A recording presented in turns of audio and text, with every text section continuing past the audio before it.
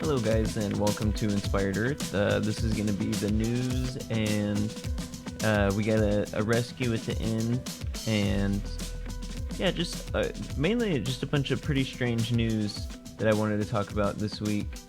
And we're going to start off with a new topic that is listening to electronic music alters your state of consciousness, study shows, which we had just talked about using electronic signals to change consciousness in the past episodes, and using music even, particularly with drumming. And they were saying that ritual drumming and chanting changed people's consciousness and grew their brain physically and linked their brain regions together, and just like a whole bunch of stuff like that.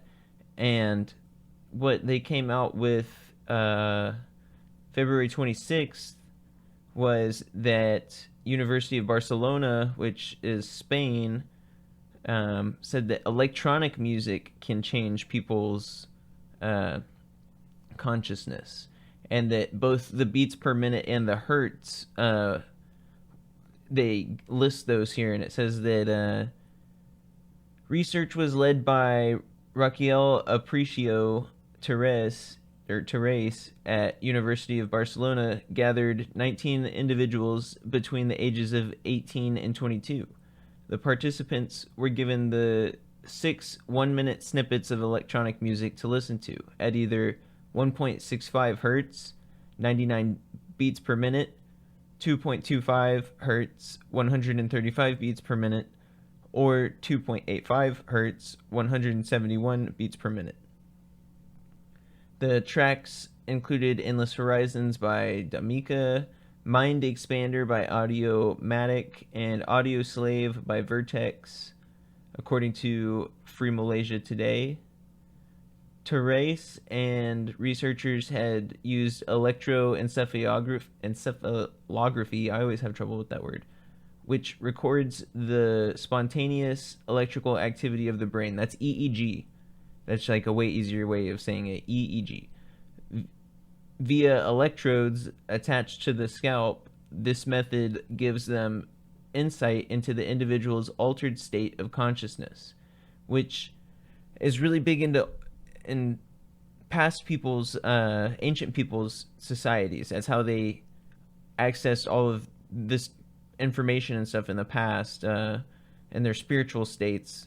That's how they would answer their questions. They would go into these altered states of consciousness through all these different methods, and this is talking about like a modern method. Altered states of consciousness are loosely defined as any condition which is significantly different from a normal waking state. This can also be caused by recreational drugs, experiences of trauma, or medication. The study lent its focus to the occurrence of entertainment. That takes place when synchronization arises between external rhythmic stimuli, such as electronic music, and the firings of the neurons of the brain, according to new scientists, and that can occur via dancing and foot tapping. So it's interesting that once again they're talking about synchronization of external stimuli with internal stimuli. That's what we were talking about with the previous episode in magnetism, that the external stimuli of the earth is influencing the internal stimuli of the dialogue of our subconscious and conscious brain, which we still haven't completely understood, like, the ramifications of that. Our top level scientists are still grasping at what that actually means. We've found out that it's true, but what does it mean? Where is it going to lead us? We don't know where that is going to lead us to. We have hints, and we can look towards the past to where it will likely lead us in the future, but we are not sure where that's going to go. The participants were asked several questions pertaining to neurological impact of the music on their state of consciousness. For example, their level of focus and reaction times. Researchers ultimately found that individuals' brain activity synchronized with the rhythms they were hearing, notably at 1.65 hertz. And it's also interesting that the lower frequencies were the ones that, even in the previous episodes, were the ones that, like, seemed to have the most effect and was the easiest for people to tune into, or somehow the lower ones are just more effective for some reason, it seems, because you keep on hearing them over and over, that those are the ones that work by these scientists. And they say that this 1.65 hertz, which was the lowest again, experienced the feeling of unity the most. Response variations in this task can provide insight into attentional focus and motor response readiness, which may be influenced by altered states of consciousness. The study may help build a case for the benefits of entertainment's dissociative-like states as a therapeutic stress-busting tool. Last year, it was reported that 93% of young people treat music lyrics as a therapeutic tool when dealing with mental health. Another study carried out by McGill University of Montreal, Canada, found that emotional responses generated by listening to music gives you chills, which can relieve pain. And I think it's because those chills are endorphins, and endorphins will make it to where you don't feel pain. It's like a brain chemical that it releases. So moving on, we have another pretty strange one. I mean, it's kind of obvious. Some of these are more obvious than others. You might have heard them before in other places, or this is just like another affirmation, like another study confirming this, that ADHD may have been evolutionarily advantageous, research suggests. Traits associated with neurodevelopmental disorders could have helped early humans when foraging for food. Traits common to attention deficit hyperactivity disorder, such as distractibility or impulsivity, might have been an evolutionary advantage for our ancestors by improving their tactics when foraging for food. ADHD is a neurodevelopmental disorder which symptoms include impulsiveness, disorganization, and difficulty focusing. While estimates of prevalence have varied, diagnoses have been rising in many countries. Now researchers say while some of these traits tend to be viewed negatively, they may have been picked up and help people seek out new patches for foraging. Dr. Burrick of University of Pennsylvania was the first author of research, said that the study offered a potential explanation for why ADHD was more prevalent than expected from random genetic mutations alone, and more broadly, why traits such as distractibility or impulsivity were common. If the traits of distractibility and impulsivity were truly negative, then you would think that over evolutionary time, they would have been selected against. Our findings are an initial data point suggests advantages of certain choice contexts. So, yeah, that's true. If it was like completely negative, then why would so many people be experiencing these symptoms? And we don't even fully understand the disease. Like how far we've come in understanding just this one disease in the past 25 years is absolutely mind-boggling.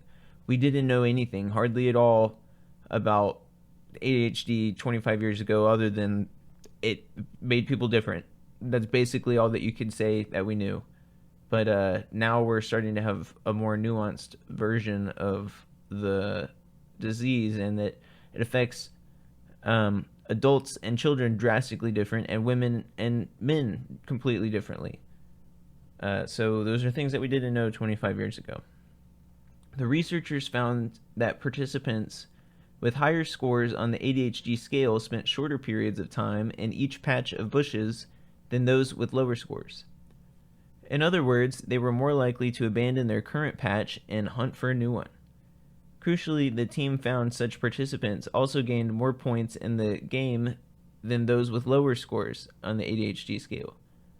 The researchers said that their results chimed with other work that has suggested populations with nomadic lifestyles benefited from exploring tended to have genes associated with ADHD.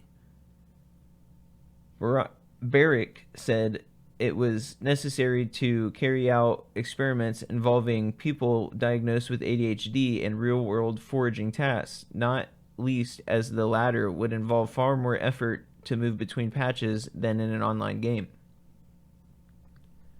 Michael J. Rees, a professor at the Science Education at University College of London, who was not involved in the work, said ADHD appeared to be linked to serious negative consequences. He and his colleagues had argued it may help in situations where physical activity and rapid decision-making were highly valued. It is great to see experimental evidence from David Barak and his colleagues that participants who score highly from ADHD are more likely to switch to foraging activities in a way that can indeed be characterized as impulsive. In our evolutionary past, such behavior may sometimes have been highly advantageous. ADHD can cause serious problems, but it's a problem in large measure because of today's environments. So, what is that saying? That's saying that people in the past with ADHD had advantageous qualities that helped them survive, that today in our society are not appreciated or valued, and that it actually detracts from our ability to be in this world, because our world is not made for us. So, and I also wanted to note something hopeful that this came out also February 26th, the same day actually, ironically, that stimulant medication in children, let me move my, wrong one, there we go, let me move my camera here. Stimulant medication in children with ADHD normalized the structure of brain regions associated with attention and reward. So it's saying that you can, if you're a child that's taking the right medication, it can actually normalize their brain, and hopefully that could be permanent. So normalizing your brain would be good. Yeah, I just wanted to quickly go over this one. I'm not going to spend a whole lot of time on it. I'm also not able to highlight the text as I wanted on this one. And it's basically talking about how the Department of Defense and all these different military operations, specifically DoD operations, that they're all switching to solar and carbon-free initiatives, and that includes this part right here. I thought that was very interesting. Space solar seemed like a pie in the sky at first when we first heard about it back in 2009, but the U.S. Naval Research Laboratory surveyed the technology and concluded that the hardware is available to capture renewable energy from orbiting solar arrays and beam it down to receivers on Earth. So they're saying right here that since 2009, we have been able to gather all of, not all, but energy from the sun and send it back down to Earth. So why are we not doing that? I mean, that's a long time ago. We've had a long time to get it together. Once again, they're just outright saying it at this point, that there are alternative energies. If you would have told people in 2009 that we have the ability to gather energy from the sun and beam it back down to the surface of the earth. I'm sure some people would have been open to it, but a lot of people would have not been open to it. And especially if you were to tell them the DoD already has it and they've confirmed it and we have the hardware and we're ready to do it, a lot of people would not believe that. But here we have the DoD saying that they had it and we still have it and we're ready to go basically at any moment. We could just start doing it. And another form of alternative energy here, scientists claim AI breakthrough to generate boundless clean fusion energy, and an AI model has solved one of the major roadblocks to generating fusion energy. And fusion combines atoms to make energy, generating more energy than it takes to power the reactor. Developing reactor-proof building materials, keeping the reactor free from impurities, and restraining the fuel within it are all issues that we're trying to solve to be able to get fusion. The researchers at Princeton University and Princeton Plasma Physics Laboratory have developed an AI that could solve that last problem. This model predicts and then figures out how to avoid plasma becoming unstable and escaping through the strong magnetic fields that hold it inside certain donut-shaped reactors. They published their findings Wednesday in a journal, Nature. And this was, where's the date? Can't find the date. Doesn't have it. But it was recent. This is Vice. I'm surprised it's even up. Wasn't Vice supposed to close? I have no idea what's going on with Vice News. But this article's up and we're reading it, so it's here.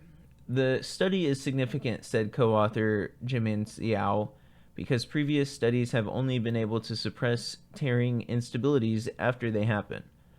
Our approach allows us to predict and avoid those instabilities before they ever appear. AI will play a large role in controlling and maintaining fusion reactors. Federico Falecci, a physicist at Swiss Federal Institute of Technology who wasn't involved in the study, there's a huge potential to unleash AI to get better control and figure out how to operate such devices in a more effective way. Falecci said his team had previously created an AI model to shape the plasma ring inside the variable configuration tokamak. I think it's tokamak. That's like the shape of the reactor. That's a donut-shaped reactor. That's really high pay grade stuff. They have a picture here, but I guess they make the reactor in the shape of a donut because that's the shape that the magnetism goes in, I would assume. Life spreads across the space on tiny invisible particles, studies suggest. So we've all heard of panspermia for the most part, but that was more about comets and asteroids and stuff.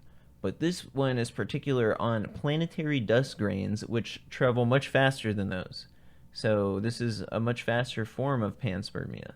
The research is titled Possibility of Panspermia in the Deep Cosmos by the Means of Planetary Dust Grains. The sole author is Z.N. Osmanov from the School of Physics at the Free University of Tbilisi in the country of Georgia. The paper is in preprint and hasn't been published yet. By obtaining the assumption that planetary dust particles can escape from the gravitational attraction of the planet, we consider the possibility from the dust grains to leave the star's system by means of radiation pressure. So they're getting pushed out of the solar system. That's interesting. It has been shown that during 5 billion years, the dust grains will reach 10 to the 5th power stellar systems. And by taking the Drake equation into account, it has been shown that the whole galaxy will be full of planetary dust particles, which I feel like the Drake equation is it's cool, but it doesn't. I would say it's kind of conservative. We've discovered a lot since then, so there's probably a lot more out there.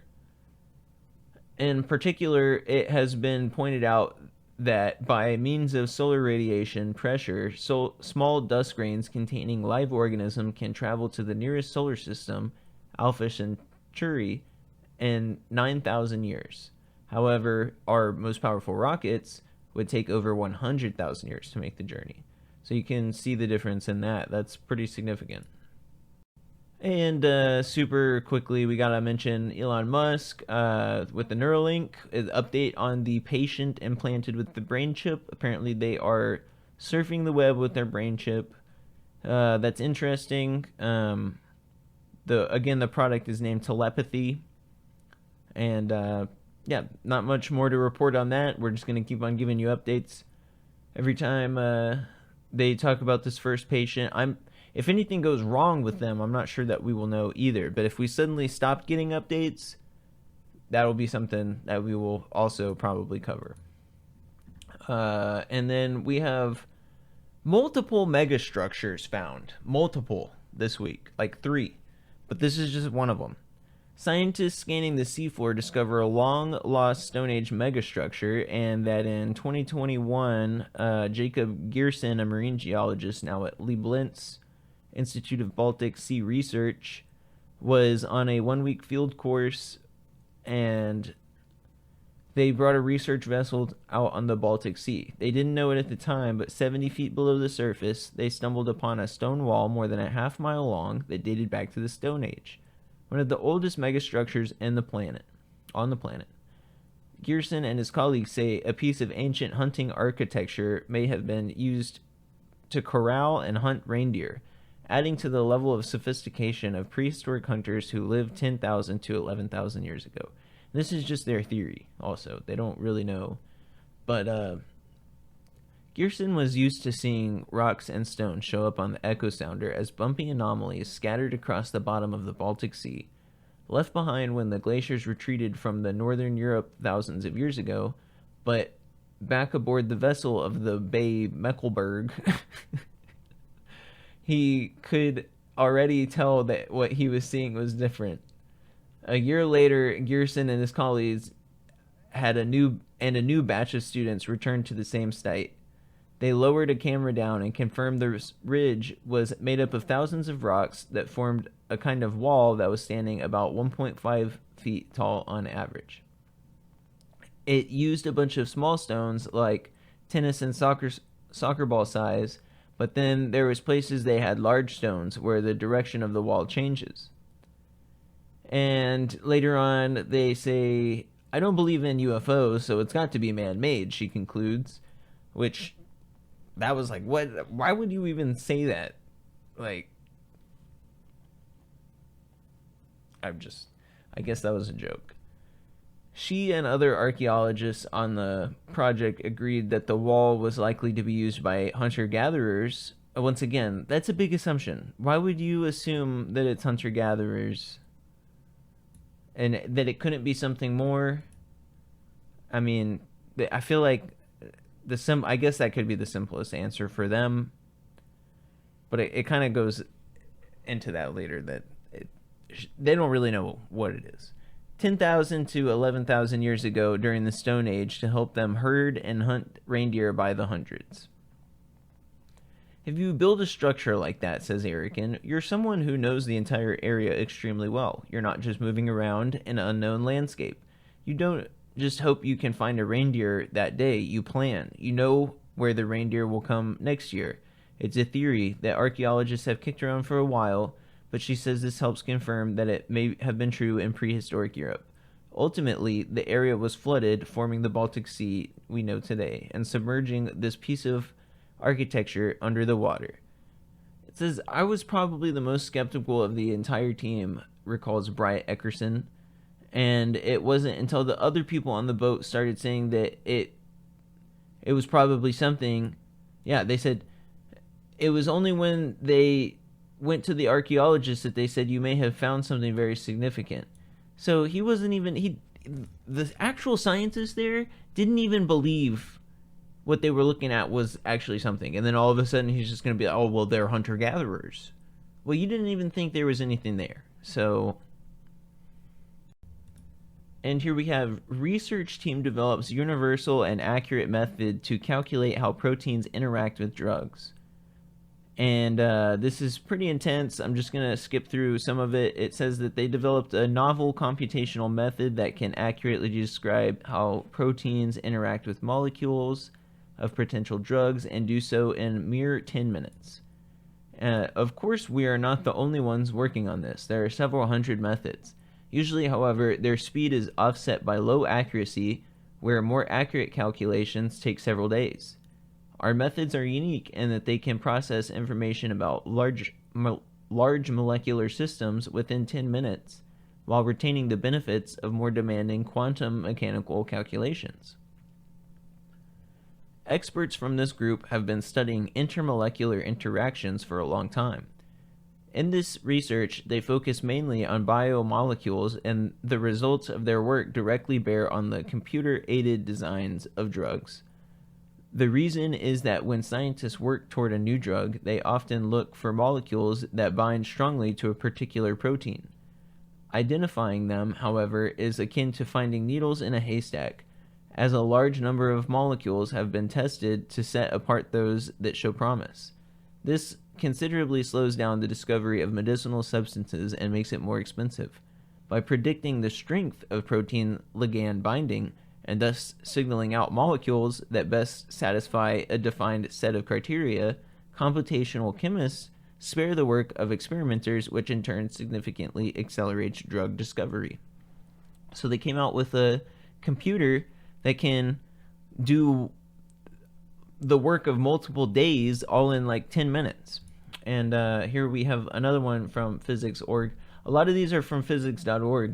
They were coming out with some really cool stuff this week. Researchers developed molecules for a new class of antibiotics that can overcome drug-resistant bacteria. We've talked about antibiotic resistance on this podcast. We'll probably do it some more in the future. And with this one, it's the scientists saying, however, instead of brushing it off as another laboratory curiosity that all of the bacteria that were being killed, they tried to use this particular stuff and it ended up killing all the bacteria. And rather than just brushing it off or being upset about it, they ended up leaning into the apparent antimicrobial properties of these compounds called conjugated oligoelectrolytes, COE, conjugated oligoelectrolytes. Fast forward to today, and they now have the basis for a new class of antibiotics, one that not only shows promise against a broad array of bacterial infections, but can also evade the dreaded resistance that has been rendering our current generation of first-line antibiotics ineffective. We realized that the molecular framework that had been working on for some time, if properly designed, would yield a new class of antibiotics, something that is seldom found and that has been profound implications for modern medicine. A global problem. In 2019, an estimated 1.3 million deaths around the globe could be attributed to antimicrobial resistance. That's a lot. 1.3 million people. This figure assumes that if the resistant bacteria was replaced with a non-resistant bacteria of the same type, the patient would have survived. So these guys just discovered an antibiotic that will save 1.3 million people. Imagine just a snap of your fingers saving 1.3 million people. Just because of like one discovery that you made. And it's possible. They just showed us that it's possible. We can literally save millions of lives with one discovery.